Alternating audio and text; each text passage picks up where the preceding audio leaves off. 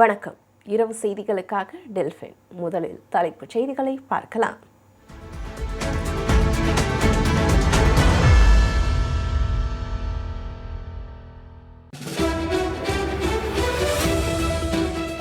நேர்மையற்ற கல்வி அமைப்பில் மாணவர்கள் ஒரு புரட்சியை ஏற்படுத்த வேண்டும். டெஹ்ராடூனில் நடைபெற்ற எக்கோ ஆஃப் ஸ்டூடெண்ட்ஸ் பரப்புரை கூட்டத்தில் கலந்து கொள்ளவும் ராகுல் காந்தி அழைப்பு.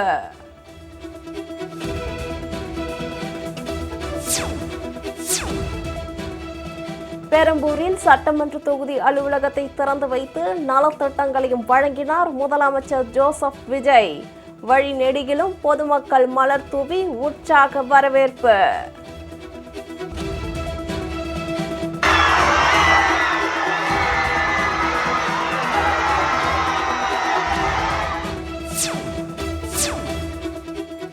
அயோத்தி ராமர் கோவில் நிதி முறைகேடு விவகாரம் தொடர்பாக ஒன்றிய மற்றும் உத்தரப்பிரதேச அரசுக்கு உச்சநீதிமன்றம் நோட்டீஸ். சிறப்பு புலனாய்வு குழு விரிவான நிலை அறிக்கையை 20ஆம் தேதி தாக்கல் செய்யவும் உத்தரவு.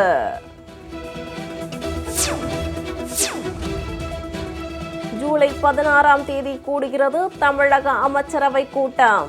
பட்ஜெட்டில் முக்கிய தொழில் திட்டங்களுக்கு ஒப்புதல் கிடைக்கும் என எதிர்பார்ப்பு.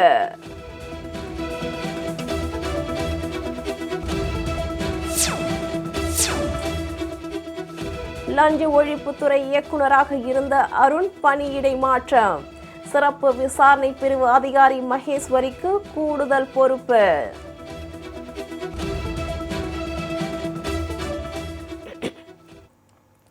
இனி விரிவான செய்திகளை பார்க்கலாம். டெஹ்ராடூனில் ஜூலை 17ஆம் தேதி நடைபெறவுள்ள எக்கோ ஆஃப் ஸ்டூடெண்ட்ஸ் பரப்புரை கூட்டத்தில் மாணவர்கள் கலந்து கொள்ளுமாறு மக்களவை எதிர்க்கட்சித் தலைவர் ராகுல் காந்தி அழைப்பு விடுத்துள்ளார். இது குறித்து அவர் வெளியிட்டுள்ள எக்ஸல பதிவில், ஊழல் மலிந்த, அநீதியான, பாரபட்சமான, நேர்மையற்ற ஆகிய 4 சொற்கள் இந்தியாவின் இன்றைய கல்வி முறையை விவரிக்க பயன்படுத்துவதாக குறிப்பிட்டுள்ளார். குழந்தைகளை அவர்களின் எதிர்காலத்திற்கு தயார்படுத்த வேண்டிய கல்வி அமைப்பு அவர்களையும் அவர்களின் குடும்பங்களையும் கடன், மன அழுத்தம் மற்றும் விரக்திக்கு தள்ளுவதாக குற்றம் சாட்டியுள்ளார். வினாத்தாள் கசிவு மாஃபியா தேர்வுக்கு தயாராகும் லட்சக்கணக்கான மாணவர்களின் பல ஆண்டுகால கடின உழைப்பை ஒரே நொடியில் பறித்து விடுவதாக தெரிவித்துள்ளார். இவற்றையெல்லாம் பார்த்து கொண்டு மோடி அரசும் ஒன்றிய கல்வி அமைச்சரும் மௌனம் காப்பதாக விமர்சித்துள்ளார். கல்வியில் ஒரு புரட்சியை ஏற்படுத்த வரும் ஜூலை 17ஆம் தேதி டெஹ்ராடூனில் நடைபெறவுள்ள எக்கோ ஆஃப் ஸ்டூடெண்ட்ஸ் பரப்புரை கூட்டத்தில் மாணவர்கள் கலந்து கொள்ளுமாறு ராகுல் காந்தி அழைப்பு விடுத்துள்ளார்.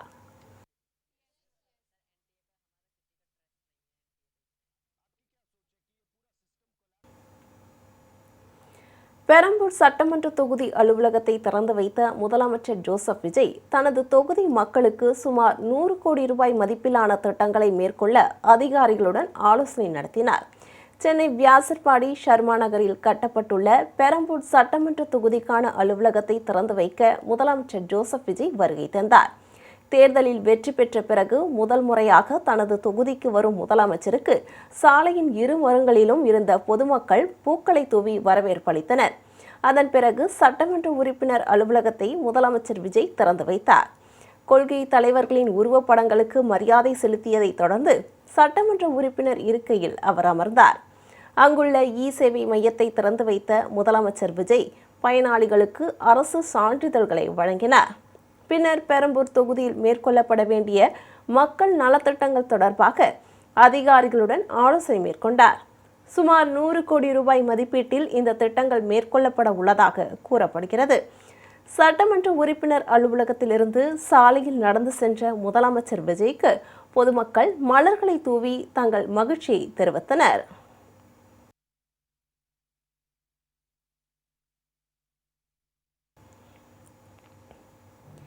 இதைத் தொடர்ந்து புதிய ரேஷன் அட்டை வழங்கும் சிறப்பு திட்டத்தை தொடங்கி வைத்த அவர் பொதுமக்களுக்கு ரேஷன் பொருட்களையும் விநியோகம் செய்தார். புதிய மின்னணு குடும்ப அட்டையை பெற்றுக் கொள்கிறார்கள். இவாஞ்சலின் எஸ்தர் ராஜாத்தி அவர்களுக்கு புதிய மின்னணு குடும்ப அட்டையை தமிழ்நாடு அரசின் உணவுப் பொருள் வழங்கல் தொடர்ந்து திருமிகு ச. கௌரி அவர்களை அன்போடு அழைக்கின்றோம். பின்னர் வியாசர்பாடியில் அமைந்துள்ள மின்சார பேருந்து பணிமனையையும் முதலமைச்சர் ஆய்வு செய்தார். முதலமைச்சரின் இந்த பயணத்தின் போது வழியில் கட்சி கொடிகளோ பேனர்களோ வைக்கப்படவில்லை என்பது அப்பகுதி மக்களிடையே வரவேற்பை பெற்றுள்ளது.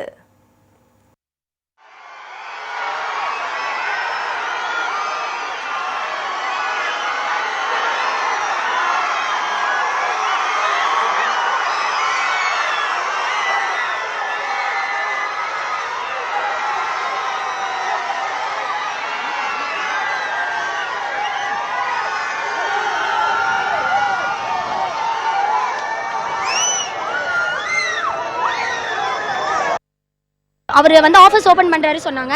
சரி பார்க்கலான்னு வந்தால் ஃபுல் சைலண்ட் இருக்குது, வெறும் கம்பிங்க இருக்குது. கொஞ்சம் முன்னாடி போக போக ஆளுங்க எல்லாம் கரெக்டாக நிற்கிறாங்க. ஒரு பேனர் இல்லை, கொடி இல்லை. எங்களுக்கே ஆச்சரியமாக இருந்துச்சு, இங்கே ஆஃபீஸ் தான் திறக்க வராங்களா அப்படின்ட்டு. இப்போ ஆட்சி சின்ன எம்ஜிஆர் எங்களுக்கு கிடச்சிருக்கிறாரு. நாங்கள் எம்ஜிஆர் எல்லாம் பார்த்துருக்குறேன் இல்லையா. அண்ணா பிறந்ததே எங்களுக்கு தெரியும், அண்ணா இருந்ததும் அம்மா ஆட்சியும் தெரியும். ஆனால் இந்த ஆட்சி 2 மாதத்தில் ஒரு மாற்றம் கிடச்சிருக்குது இல்லையா. நாங்கள் சுதந்திரமாக வர்றோம்.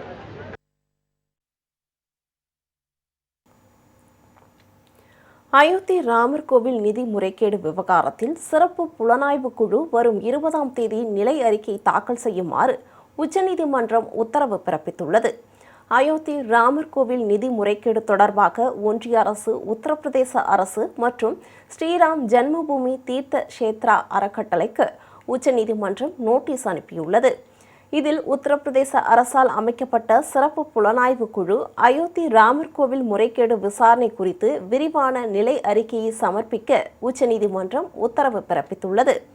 இந்த வழக்கின் அடுத்த கட்ட விசாரணையை வரும் ஜூலை 20ஆம் தேதிக்கு ஒத்திவைத்த உச்சநீதிமன்றம் அன்றைய தினம் சிறப்பு புலனாய்வு குழு தனது விரிவான விசாரணை நிலை அறிக்கையை தாக்கல் செய்ய வேண்டும் எனவும் உத்தரவிட்டுள்ளது.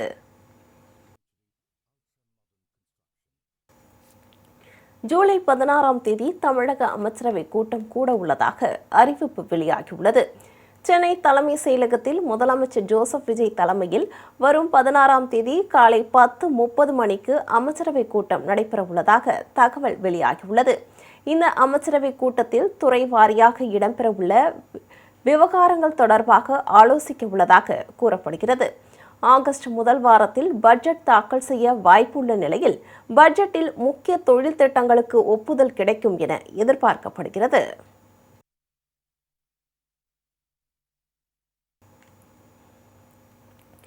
பெரியபாளையம் அருகே உள்ள அமோனியா வாயு கசிவு ஏற்பட்ட தொழிற்சாலைக்கு முழுவதுமாக சீல் வைக்கப்பட்டுள்ளது.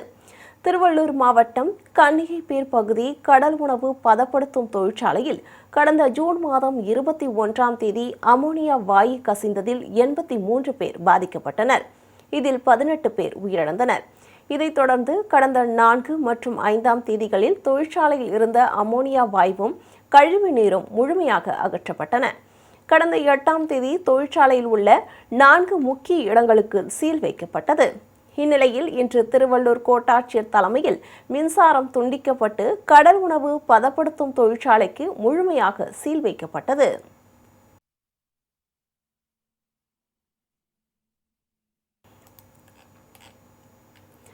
லஞ்ச ஒழிப்புத்துறை இயக்குநராக நியமிக்கப்பட்ட அருண் திடீரென பணியிட மாற்றம் செய்யப்பட்டுள்ளார்.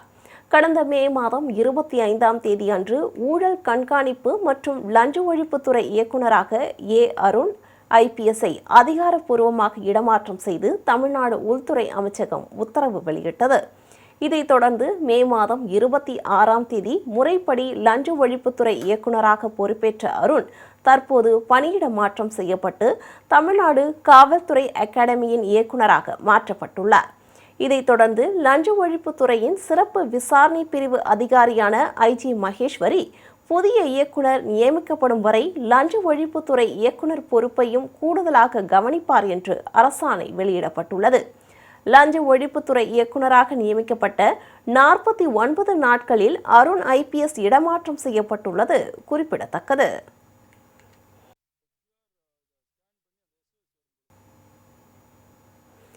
தாவேக குதிரை பேரத்தில் ஈடுபட்டுள்ளதாக திமுக ஆளுநரிடம் புகாரளித்த நிலையில் தாவேகாவில் இணைய தனக்கு யாரும் அழுத்தம் தரவில்லை என்று முன்னாள் அமைச்சர் எம்.ஆர். விஜயபாஸ்கர் தெரிவித்துள்ளார். ஆளும் தாவேக அரசு குதிரை பேரத்தில் ஈடுபட்டு வருவதாக குற்றம் சாட்டி திமுக அமைப்பு செயலாளர் RS பாரதி ஆளுநர் மற்றும் லஞ்ச ஒழிப்புத்துறையிடம் புதிய புகார் மனு ஒன்றை அளித்துள்ளார்.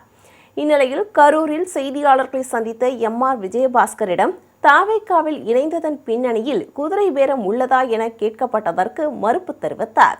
தான் தாவேகாவில் சேருவதற்கு அதிமுகவில் ஏற்பட்ட அதிருப்தியே காரணம் என்றும் தனக்கு யாரும் அழுத்தம் தரவில்லை என்றும் அவர் கூறினார்.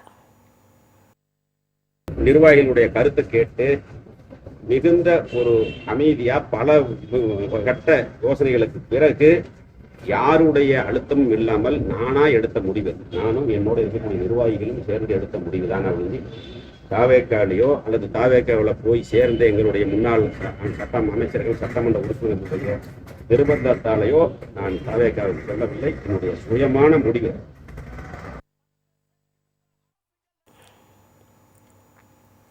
இந்திய தேர்தல் ஆணையம் தனது அதிகார வரம்பை மீறியுள்ளதாக காங்கிரஸ் ஊடகப் பிரிவு தலைவர் பவன் கெரா குற்றம் சாட்டியுள்ளார். வாக்காளர் பதிவுக்கான படிவம் எண் 6 உள்ள இணைய வழி பதிப்பில் சிறப்பு வாக்காளர் திருத்தப் பட்டியலை வழங்க வேண்டும் என இந்திய தேர்தல் ஆணையம் கோரியுள்ளது. 1960ஆம் ஆண்டின் வாக்காளர் பதிவு விதிகளில் முறையான திருத்தம் எதுவும் இன்றி இந்திய தேர்தல் ஆணையம் இதனை அறிமுகம் செய்திருப்பது சர்ச்சையை ஏற்படுத்தியுள்ளது. பதிவிறக்கம் செய்யக்கூடிய படிவத்தில் அதற்கேற்ற விதிமுறையோ சட்டப்பூர்வ விதிகளில் திருத்தமோ இல்லாத நிலையில் இணைய வழி படிவம் 6 ஒரு புதிய கட்டாய பிரிவை அறிமுகம் செய்திருப்பதற்கு காங்கிரஸ் ஊடகப் பிரிவு தலைவர் பவன் கெரா கண்டனம் தெரிவித்துள்ளார். தேர்தல் ஆணையம் தனது அதிகார வரம்பை மீறிவிட்டதாகவும் ஒன்றிய அரசின் கட்டளைப்படி செயல்படுவதாகவும் அவர் குற்றம் சாட்டியுள்ளார்.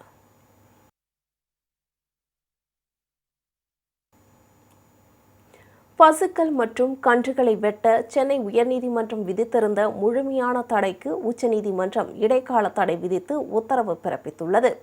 கடந்த மே மாதம் 27ஆம் தேதி பக்ரீத் பண்டிகை மட்டுமின்றி வேறு எந்த நாட்களிலும் தமிழ்நாட்டின் எந்த பகுதிகளிலும் பொது இடங்களில் பசுக்கள் மற்றும் கன்றுகளை வெட்டக்கூடாது என சென்னை உயர்நீதிமன்றம் ஒட்டுமொத்தமாக தடை விதித்திருந்தது.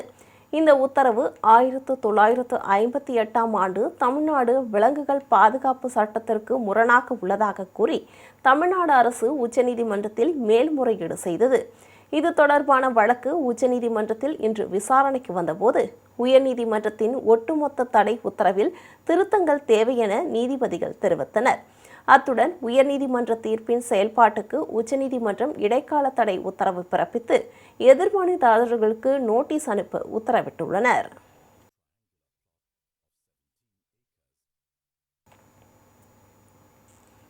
மேலூர் கொட்டாம்பட்டி அருகே நடந்த விபத்தில் உயிரிழந்த 6 பேரின் குடும்பத்தினருக்கு தலா 3 லட்சம் ரூபாய் நிதியுதவி வழங்க முதலமைச்சர் ஜோசப் விஜய் உத்தரவிட்டுள்ளார்.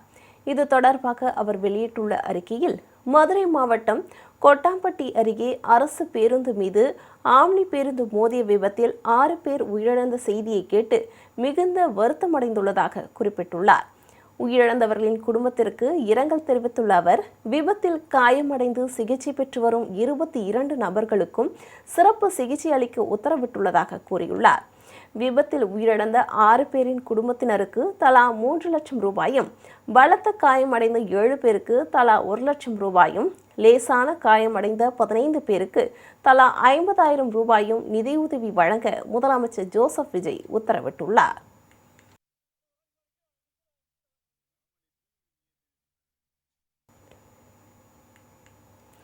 இசைக்கு மொழியில்லை என்ற கூற்றை மெய்ப்பிக்கும் விதமாக காற்றாற்று வெள்ளமாய் உத்வேகம் தருவதே ராக் இசை. இளைஞர்களை உற்சாக கடலில் ஆழ்த்தும் உலக ராக் தினம் இன்று கடைபிடிக்கப்படுகிறது. இது பற்றிய ஒரு செய்தி தொகுப்பினை தற்போது காணலாம்.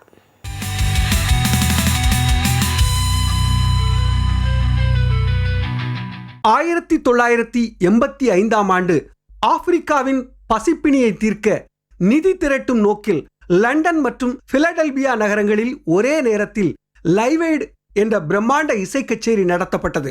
சர்வதேச முன்னணி நட்சத்திரங்கள் ஒன்றிணைந்து நிகழ்த்திய இந்த வரலாற்று பதிவை நினைவுகூரும் விதமாகவே ஆண்டுதோறும் ஜூலை மாதம் 13ஆம் தேதி உலக ராக் தினம் பிரகடனப்படுத்தப்பட்டது. இதனை நினைவுகூரும் விதமாக இந்நாளில் உலக ராக் தினம் அறிவிக்கப்பட்டது. முன்னதாக 1950களில் ராக் அண்ட் ரோல் என்ற பெயரில் உருவான இந்த கலை வடிவம் வெறும் பொழுதுபோக்காக மட்டுமல்லாமல் சமூக மாற்றங்களுக்கும் அமைதி புரட்சிக்குமான மிக முக்கிய கருவியாக திகழ்ந்தது. எலக்ட்ரிக் கித்தார், ட்ரம்ஸ் மற்றும் பேஸ் கித்தார் ஆகியவற்றின் கலவையாக ஒலிக்கும் ராக் இசை அடித்தட்டு மக்களின் உரிமை குரலாகவும் அடக்குமுறைகளுக்கு எதிரான சாட்டை அடியாகவும் உலகெங்கும் ஒலிக்கிறது. பீட்டில்ஸ், குயின், லிங்கின் பார்க் என அகிலத்தை ஆட்டி படைத்த சர்வதேச பாப் குழுக்கள் முதல் தமிழ் திரையுலகில் ரகுமான், அனிருத் வரை ராக் இசை ஏற்படுத்திய தாக்கம் அளப்பரியது. தலைமுறைகள் கடந்தாலும் நாடி நரம்புகளிலெல்லாம் புதிய உத்வேகத்தை பாய்ச்சும் ராக் இசைக்கு அழிவே இல்லை. நாமும் இந்நாளில் நமக்கு பிடித்த ராக் பாடலை ஒலிக்கவிட்டு கூடுதல் உத்வேகத்தோடு இத்தினத்தை கொண்டாடி மகிழ்வோம். வசந்த் டிவி செய்திகளுக்காக சுப்பு.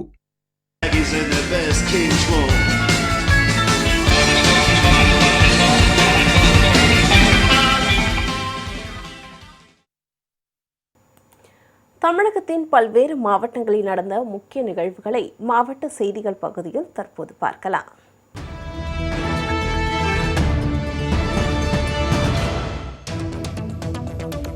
பெருந்தலைவர் காமராஜர், காங்கிரஸ் மூத்த தலைவர் கக்கன் மற்றும் தமிழ்நாடு காங்கிரஸ் கமிட்டி முன்னாள் தலைவர் திருநாவுக்கரசர் ஆகியோரின் பிறந்த நாளை முன்னிட்டு கடலூர் மத்திய மாவட்ட காங்கிரஸ் கட்சி சார்பில் முப்பெரும் விழா கொண்டாடப்பட்டது. அப்போது திருப்பாதிப்புலியூரில் உள்ள ஆதரவற்றோர் இல்லத்தில் காலை உணவு வழங்கப்பட்டது. மாவட்ட இளைஞர் காங்கிரஸ் தலைவர் அருள் பிரகாஷ் தலைமையில் நடைபெற்ற இந்நிகழ்ச்சியில் மாவட்ட தலைவர் ரங்கமணி, மாநில செயலாளர் வழக்கறிஞர் சந்திரசேகரன் உள்ளிட்ட முக்கிய நிர்வாகிகள் கலந்து கொண்டனர்.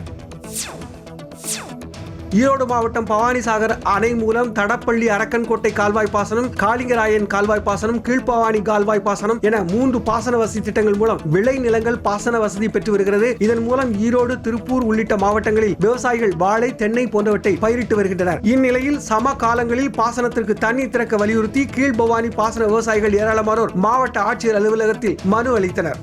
பெருந்துறையில் இருக்கக்கூடிய தேசிய நெடுஞ்சாலை 544 சாலை மறியல் நடத்துவதாக, அதுவும் 1 லட்சம் பாசன பயனாளிகள் திரண்டு சாலை மறியல் நடத்துவதாக திட்டமிட்டு இருக்கின்றோம். ஆக மாவட்ட நிர்வாகம் இவற்றை உணர்ந்து செயல்பட வேண்டும் என்ற வேண்டுகோளை அவர்களுக்கு வைக்கின்றோம். இந்துக்களுக்கு இனாம் நிலம் வழங்குவதை ஏற்காத இந்துத்துவா பாஜக கரூர் இனாம் நிலங்களுக்கு பத்திரப்பதிவு தடையை நீக்கியதை காரணம் காட்டி தமிழகத்தை கலவர பூமியாக்க துடிக்கும் தமிழக பாஜக தலைமையை கண்டித்து கரூர் தபால் நிலையம் முன்பு கண்டன ஆர்ப்பாட்டம் நடைபெற்றது. இதில் இந்திய தேசிய காங்கிரஸ், சிபிஐ, சிபிஎம் உள்ளிட்ட கட்சியினர் கலந்து கொண்டு பாஜகவுக்கு எதிராக கண்டன முழக்கங்களை எழுப்பினர்.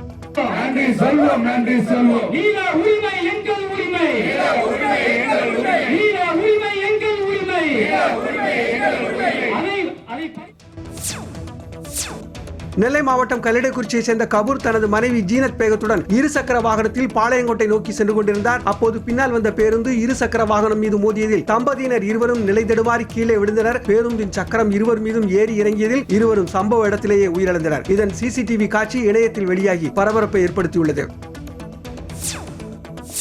கும்பகோணம் அருகே திருநாகேஸ்வரம் நவீன நெல் அரவை ஆலையில் தேங்கி கிடக்கும் 18 லட்சம் கழிவு சாக்குகளை உடனடியாக அப்புறப்படுத்த கோரி கும்பகோணத்தில் உள்ள தமிழ்நாடு நுகர்பொருள் வாணிபக் கழக மண்டல மேலாளர் அலுவலகம் முன்பு கிழிந்த சாக்குகளை கையில் ஏந்தி தமிழ்நாடு விவசாயிகள் சங்கத்தினர் ஆர்ப்பாட்டத்தில் ஈடுபட்டனர்.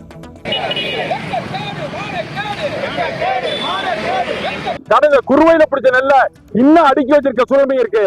இந்த அதே போல சம்பவம் கொஞ்சம் நல்ல நெல்ல அள்ளிக்கு அனுப்பிட்டு குறுவையில பிடிச்ச நாசாப்பட்ட நெல்லுன்னு சொல்லிட்டு குறைஞ்ச விலைக்கு விற்கிற முயற்சி நடக்குது. மிகப்பெரிய ஊழலை நோக்கி இந்த நிர்வாகம் செல்லுது. அதனால உடனடியாக போர்க்கால அடிப்படையில தமிழக அரசாங்கம் தலையிடணும்.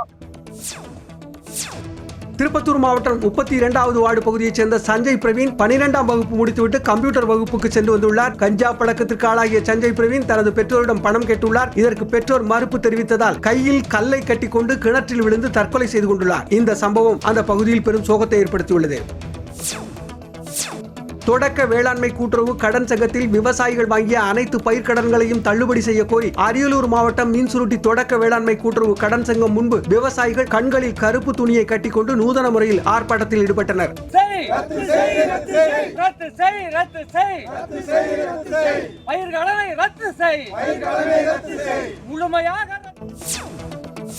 ஈரோடு நசியனூர் சாலை பகுதியில் உள்ள டாஸ்மாக் கடையை அகற்ற கோரி அப்பகுதியைச் சேர்ந்த ஏராளமான பெண்கள் சாலை மறியல் போராட்டத்தில் ஈடுபட்டதால் பரபரப்பு ஏற்பட்டது. தகவல் அறிந்து சம்பவ இடத்துக்கு விரைந்து வந்த காவல்துறையினர் அவர்களுடன் பேச்சுவார்த்தை நடத்தி இது குறித்து உரிய நடவடிக்கை எடுக்கப்படும் என உறுதியளித்தனர். இது கம்ப்ளைண்ட் கொடுத்தா அவன் குடிச்சிருக்கான், நாங்க என்னமா ஆக்ஷன் எடுக்க முடியும்னு அவங்களும் சொல்றாங்க. இப்படிப்பட்ட நாங்கள் எல்லா பக்கம் மனுக்கு கொடுத்து பார்த்து எங்களுக்கு இது வரைக்கும் எந்த தீர்வுமே கிடைக்காத பட்சத்தில் தான் மக்கள் ஊர் பொதுமக்கள் எல்லாம் ஒன்று சேர்ந்து போராட்டத்தில் இறங்கியிருக்கிறேங்க.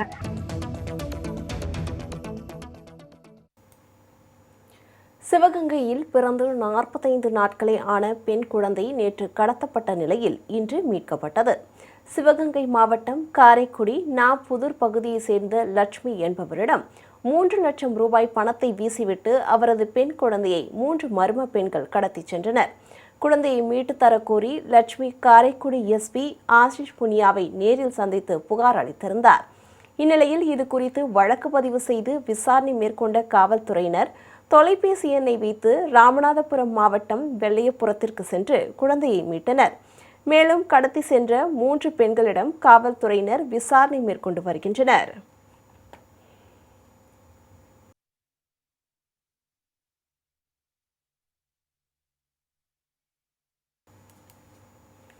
இத்துடன் செய்திகள் நிறைவடைந்தன. மீண்டும் செய்திகள் நாளை காலை 7:05 மணிக்கு. வணக்கம்.